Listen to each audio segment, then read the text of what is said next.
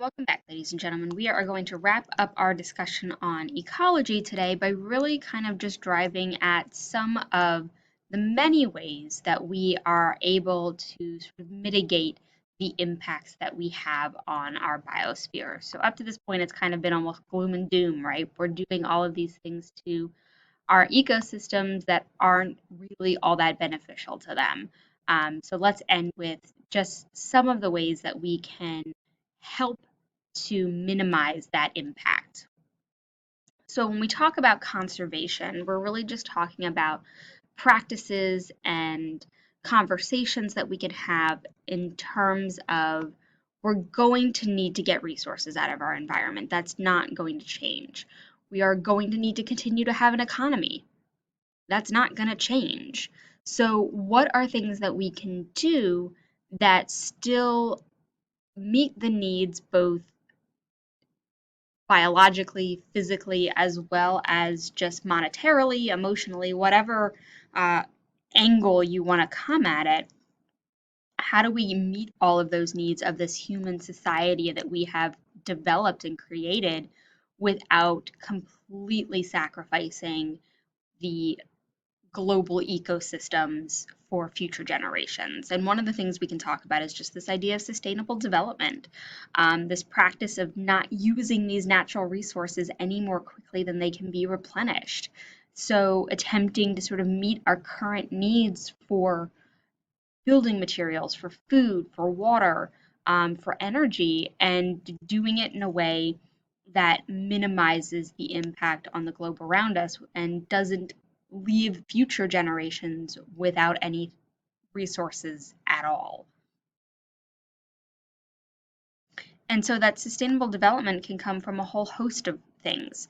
One of our biggest impacts is divvying up the land, right? Habitat fragmentation. And so that structure of landscape can strongly influence biodiversity. The more edges we create in our ecosystems, the more impactful we become on species that don't really do well on those edges.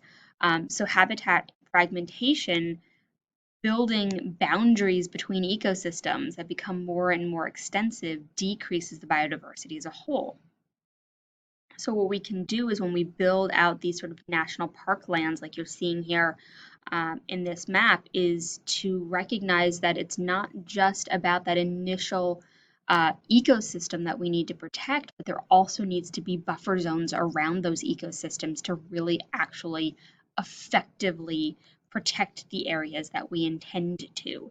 If all we do is try to protect just the land that we need for that particular endangered species, for example, the conservation efforts aren't going to have the full impact that they need, because we're going to build those edges right up against that protected land. So by having these buffer zones around those protective areas helps to better insulate the lands that we really truly are intending to protect. So that's this idea of these zoned reserves, right? So areas of land that are relatively undisturbed by humans, and then having these buffer zones to minimize the impact on that zoned reserve we really intend.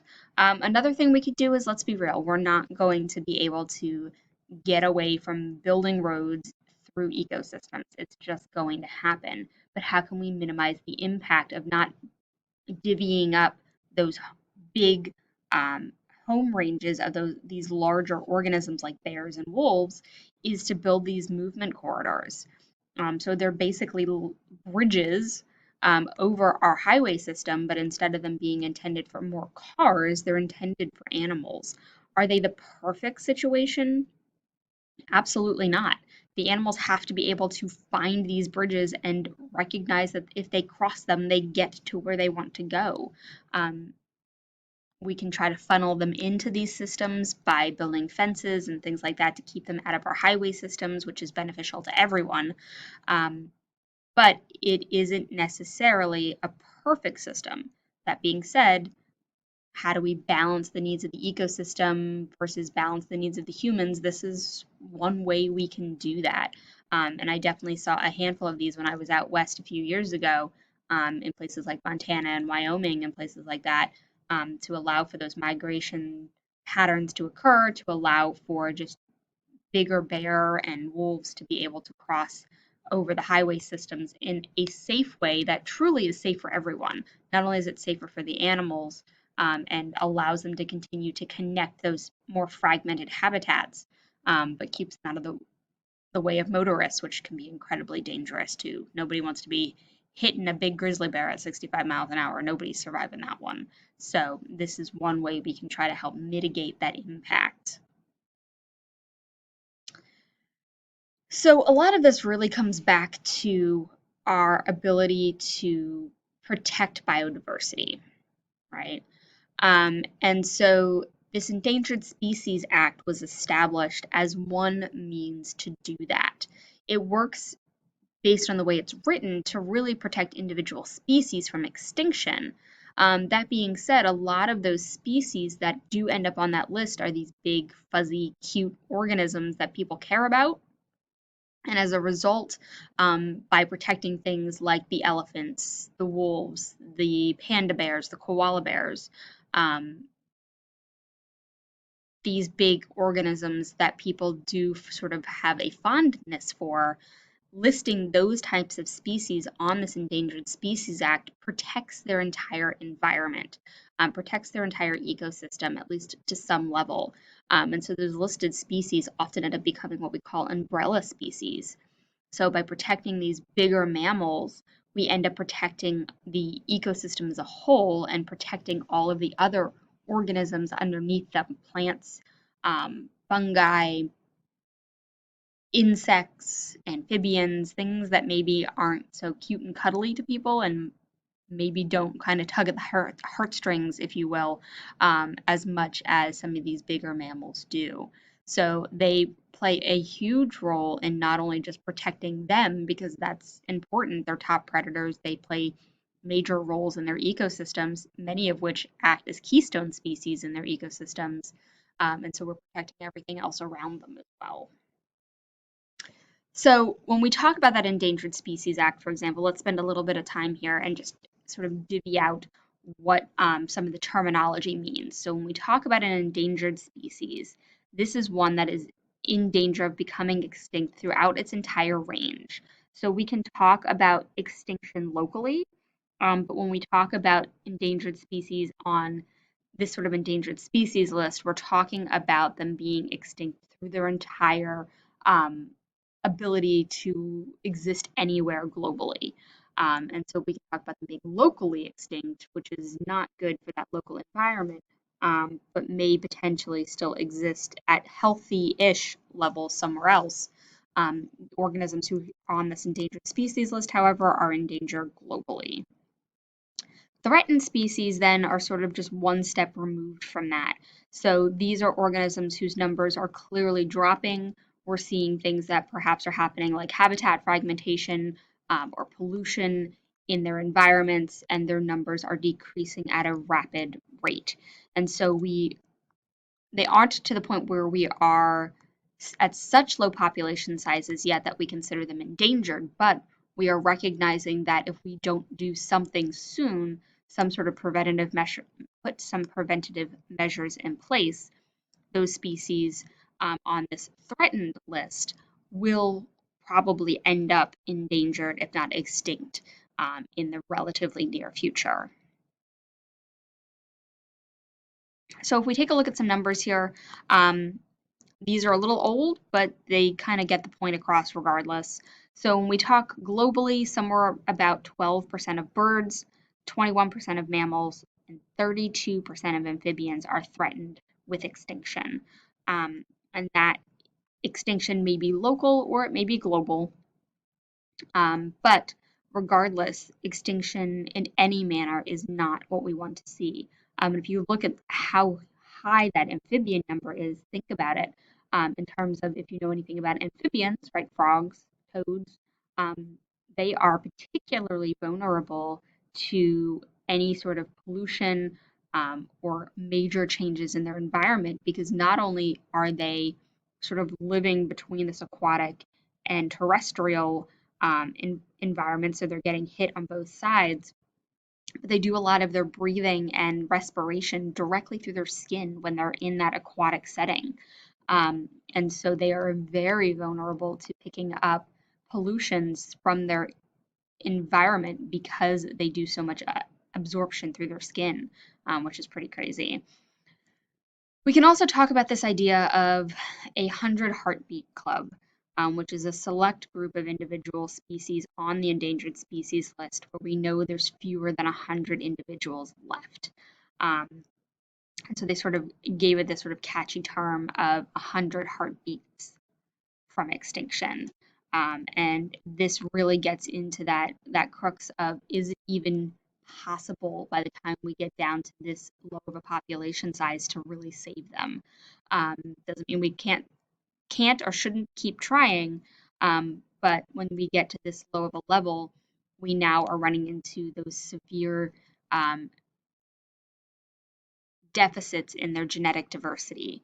And so, in order to bring them back together, that means or bring the population size, I should say, back up, we need to be able to mate them.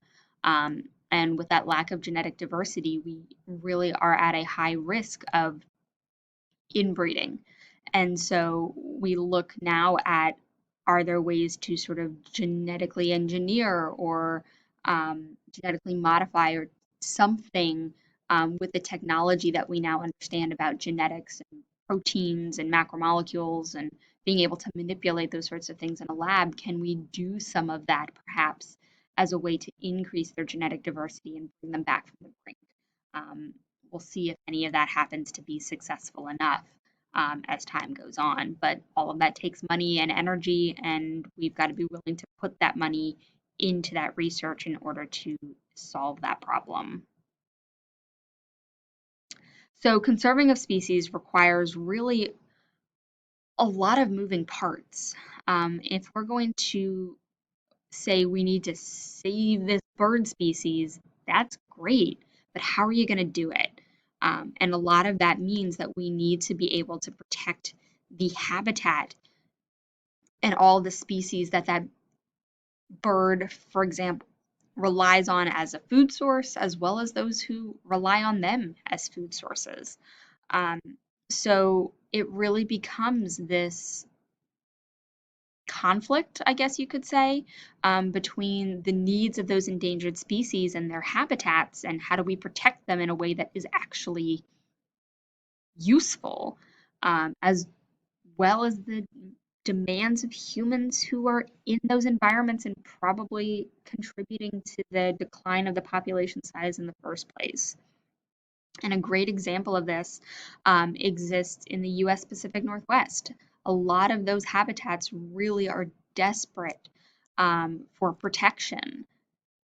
Species are at significant declines, but many people in those areas depend on the timber and the mining industries that exist there for their own livelihood.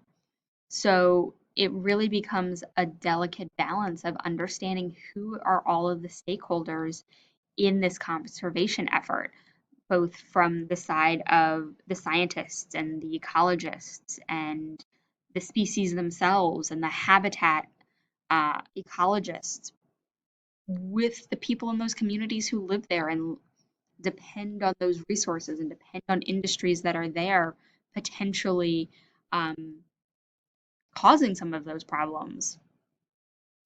Can't really go into somebody's home and tell them they have to quit their job and figure something else out because we need to save some frog. Like that's not going to go over well. So we have to be able to mitigate both sides of the coin to really be successful. And so we need to make sure that we are pulling all stakeholders together um, and really, as scientists, being compassionate to all sides of the story um, and kind of win people over, if you will. We've got to be able to convince people that there are other ways to do things, help them monetarily as well as educationally in order to get there. Otherwise, we're just never going to convince people that it's necessary. And if you can't convince people, then things don't change. And that's a really delicate balance that we as scientists need to play. Sometimes we do a good job, and unfortunately, sometimes we don't do such a good job. And so as potentially future aspiring scientists, that's sort of my little PSA here today is you can't forget other people just because you know that the science is accurate and the science is um, really demanding change. You've got to be able to convince other people how to get there right along with you. We hear a lot about saving species on the brink of extinction. Animals, however, that are cute and well known have a lot better chance than species who never make it onto a bumper sticker. Connor Knighton tells us that that is a reality that goes back many a year. Someday, if you are in the right place and if you are lucky, you will look up and see an eagle on the wing. It's a sight to stop your heart. The very first broadcast of Sunday Morning featured this report from Cobscook Bay, Maine, where bald eagles were on the brink of extinction. The national bird is an endangered species. 40 years later, the eagle population has soared, thanks to protections put in place by the Endangered Species Act. With your support and with the help of the Congress, we can reclaim and preserve the natural beauty of America. In the decades since President Richard Nixon signed the Endangered Species Act, the landmark law has grown to cover more than 2,400 species. The good news is that 99% of them have not been declared extinct. The not-so-good news is that only 2% have recovered, like the bald eagle and the American alligator. Recovery takes time, a lot of time. Check out the... he's down there? Yeah, he's way back down there. Okay. Consider this little guy, the dusky gopher frog, listed in 2001. 43.1 millimeters? Nearly 2 decades later, there's only 200 or so in the wild, all living around this one Mississippi pond. They're ready to go. These are very fit. Enter biologists bearing Tupperware. You guys are big chubs. You're gonna do good. It's a picture of the Endangered Species Act at work. Inside of the plastic containers are more than 300 frogs bred through in vitro fertilization. That one will be back in the spring to earn his pay. They're being released at a second site in Mississippi in hopes that enough will avoid predators and disease and make it to adulthood and mate. This one's going. But time is just one of the challenges to saving a species. Another is money. We currently don't have enough money to recover more than probably 25% of all the species. So under current funding scenarios, we cannot recover everything. I'm not sure we can even save everything from extinction. Attorney Jake Lee is the Director for Biodiversity at the Environmental Policy Innovation Center. Not only is there not enough money, he says, the limited funds that do exist are frequently misallocated. There's huge biases in which species get the most money. I'm going to guess it's the cute ones. The cute ones are a big part of it. Lee says if you're endangered or threatened, it definitely helps if you are also cute, majestic, or economically valuable. Those are the species that frequently get the lion's share of government funds. But for every polar bear or sea otter, there are hundreds more, like the fairy shrimp, the New Mexico meadow jumping mouse, or the purple cat's paw freshwater mussel. 40% of endangered species are plants. There are entire groups of Hawaiian plants that are very, very endangered. They're down to sometimes just a handful of individuals left. And whenever one of these lesser-known species makes the news, it's almost always because of a conflict with one species, Homo sapiens. The courts agreed with environmental complaints that the completion of the dam would destroy the only known habitat of the snail darter. From the snail darter in the 70s. One little owl ain't worth 10,000 jobs or 5,000 jobs. To the spotted owl in the 90s. Because they want to have us give over our land and turn it into a frog resort. To the little dusky gopher frog, who leapt all the way to the Supreme Court last year. Endangered species are at their most controversial when they endanger profits and property. When you got that call, had you ever heard of the frog before? Never heard of it. Never. In 2011, the U.S. Fish and Wildlife Service told Edward Poitevent that around 3% of his family's 45,000 acres of land in Louisiana had been designated as critical habitat for the dusky gopher frog. But no frogs actually live there. They're all 40 miles away, back in Mississippi. There's no realistic possibility that a caravan of frogs would hop down the road and magically find my land by some sort of divine or froggy inspiration. The government says the frog lived in this area before it was endangered, and Point Evans land has the special ponds needed for its survival. Well, the designation effectively takes our land out of commerce, because in order to develop it, we have to get the federal government's permission. It's not that they have taken your land. It's still your land. No, but they've effectively taken it. Earlier this month, the 8-year battle finally came to an end. The government abandoned its efforts to mark his property as critical habitat. But despite these long, drawn-out struggles, every once in a while, the Endangered Species Act works as fast as a fox. At Channel Islands National Park in California, these foxes had nearly gone extinct when they were added to the endangered species list in 2004. Today, they represent the speediest recovery of any mammal in the history of the act. The island foxes now show up even when you're not looking for them, as we discovered mid-interview with biologist Tim Coonan. No carnivore lives in a smaller, and what do we have? Got one? That's right behind you. Timing is everything. Yeah. It's an important time in the history of the Endangered Species Act. This summer, the Trump administration is expected to finalize a series of new regulatory changes to the act. One major revision would be to publish the cost for protecting and recovering any new species proposed for the list. We asked the Interior Department's Deputy Chief of Staff for Policy, Greg Rinkus, about it. The law is very, very clear. The listing decision can only be based on the best available science and commercial information, not on the cost of listing the species. But if you know that cost, don't you think that might influence whether people are more likely to protect it or not if you hear that it's obscenely expensive? Well, I think the public has a right to know. I think we want to be transparent in the decision-making process. Another change would likely reduce protections for threatened species on the list, the step below endangered. We want to accomplish the objective of the Act. We want to protect and recover endangered species and threatened species, but we also want to do it in a way that strikes a regulatory balance, that protects people and the public from, over committing to this issue. Changes to the act are necessary, says Jake Lee, but not ones that can make recovery more difficult.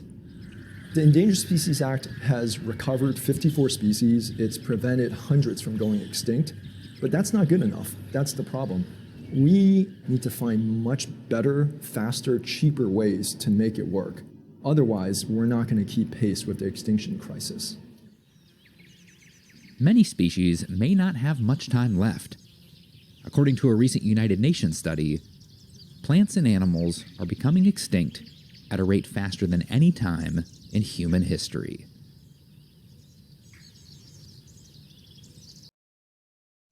So a couple of things that have been put in place to help conservation efforts. The Environmental Protection Agency, the EPA, was created in 1970, and its major job is to develop policies and regulations to protect the environment as a whole.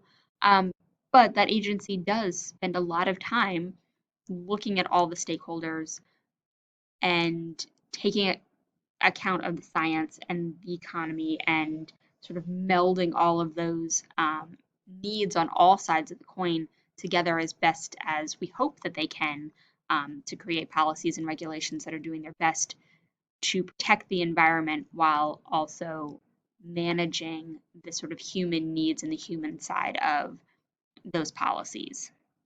National Park Service is also something that we have here in the US. So if you've ever had the chance to go to national parks, do it. They're awesome experiences. And the point there is to help manage public lands. So protecting certain ecosystems, protecting certain environments for the good of the species who live and thrive in those areas. And then we also get the benefit as humans to sort of be able to go and visit and do some ecotourism. Really cool experiences if you ever get to do that. Your camping gear, because after watching this video, you're gonna wanna hit the road. Welcome to Mojo Travels, and today we're counting down our picks for the top 10 best national parks in the U.S. For this list, we're looking at America's 60 national parks and picking our favorites. Number 10, Rocky Mountain National Park in Colorado. For the first park on our list, we're going to head to beautiful Colorado. Just a short drive from Denver, Rocky Mountain National Park is possibly the best place to go if you want to really explore the Rockies in the U.S. The terrain in this park is vast and varied, taking up approximately 400 square miles. There are alpine lakes, flat tundras, and of course, the glorious peaks of the titular Rocky Mountains. The wildlife in this park is one of the main attractions as well. As of 2015, this was the third most visited national park in the country, and we totally get why. Number 9, Grand Teton National Park in Wyoming. You know the song Home on the Range? It starts with the line, "Oh, give me a home where the buffalo roam, where the deer and the antelope play." Well, it may very well have been written about this national park. You'll feel like you've traveled back to the Old West when you come here.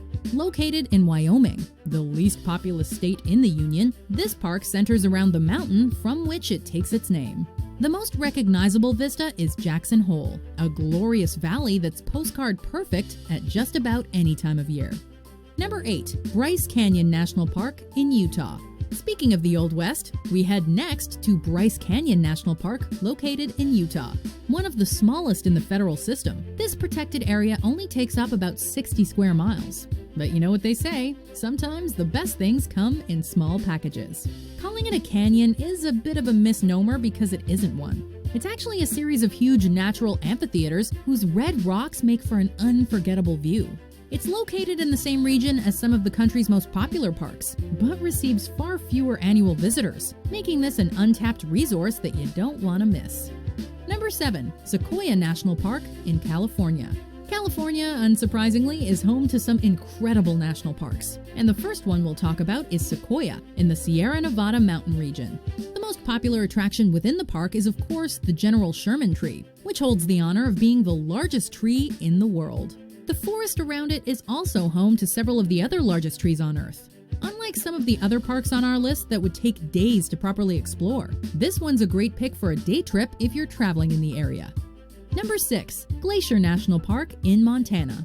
At over 1 million acres, or 1.5 million square miles, this national park is so big it reaches into a whole other country. That's right, Glacier National Park is in both Canada and the US, with its American position located in Montana. The area has been called the crown of the continent ecosystem and offers views that you'd expect to see in the Swiss Alps more than in the States.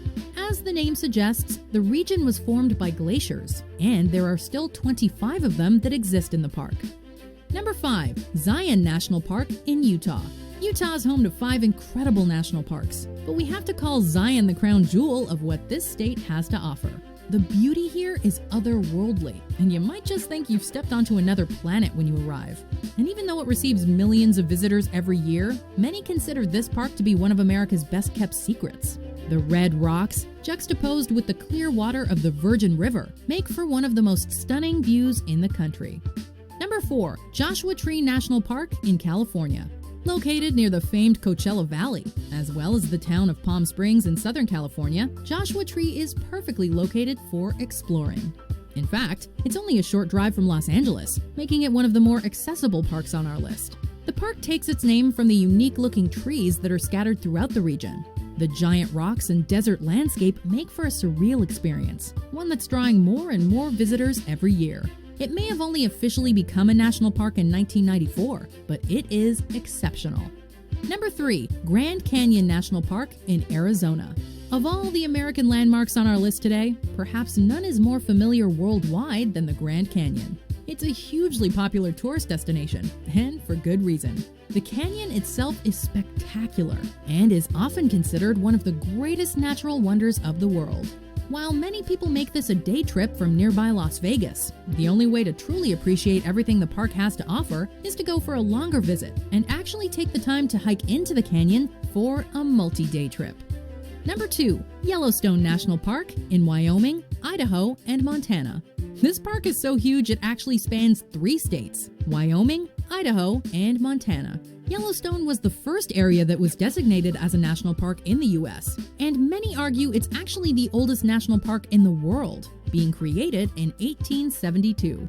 The major attraction that most visitors come to see is, of course, the geyser Old Faithful, followed by the unreal-looking Grand Prismatic Spring. But aside from these must-sees, the park actually has a lot more to offer, including hiking trails, waterfalls, and a wide variety of wildlife. Before we unveil our number one pick, here are some honorable mentions.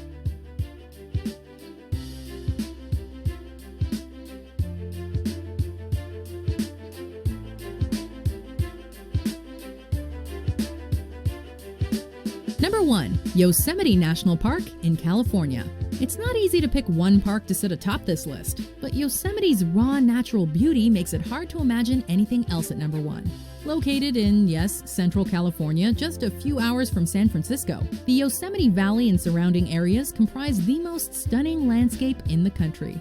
Sites like El Capitan, Half Dome, and Yosemite Falls have become iconic, and the park is popular with hikers, climbers, and adventurers for good reason. If there's one national park you should visit in your lifetime, we're gonna just say it. This is the one.